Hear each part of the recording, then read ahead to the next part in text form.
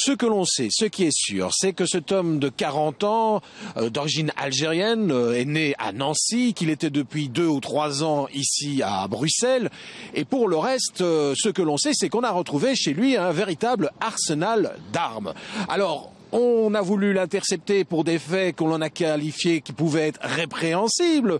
Mais qu'est-ce que ça veut dire? On n'en sait rien pour le moment. Les autorités sont très discrètes. Alors tout tourne finalement autour de ces armes. C'est un arsenal important d'armes de guerre, armes militaires, des explosifs qu'on a retrouvés. Et donc on serait tenté de pencher plutôt vers la filière terroriste.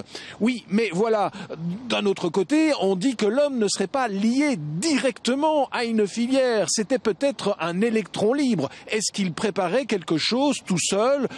Et on pense à ce moment-là, bien sûr, à ce qui s'est passé en France il y a 1 an avec un homme aussi qui a fait un attentat tout seul. Alors, d'autre part, on dit de lui qu'il était attaché au banditisme, en tout cas connu. Alors, on peut imaginer aussi que toutes ces armes qu'il a récoltées chez lui pouvaient servir au grand banditisme. Est-ce qu'il était fournisseur de gens qui préparaient un coup?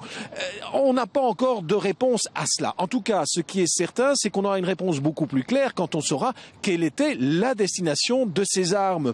Alors, ce qui est presque certain, en tout cas, c'est qu'on retrouve des indices qui pourraient nous faire penser que le milieu de l'islamisme, du terrorisme islamisme est tout de même derrière, puisqu'on a retrouvé des drapeaux liés à Al-Qaïda, qu'on a retrouvé aussi des sommes d'argent assez importantes. Alors finalement, est-ce que nous ne nous trouvons pas ici devant simplement un cas d'islamo-banditisme? Et oui, c'est bien le terme qu'il faudrait peut-être employer. Pour le moment, on en attend de savoir plus du côté des autorités et on espère avoir la réponse le plus vite possible.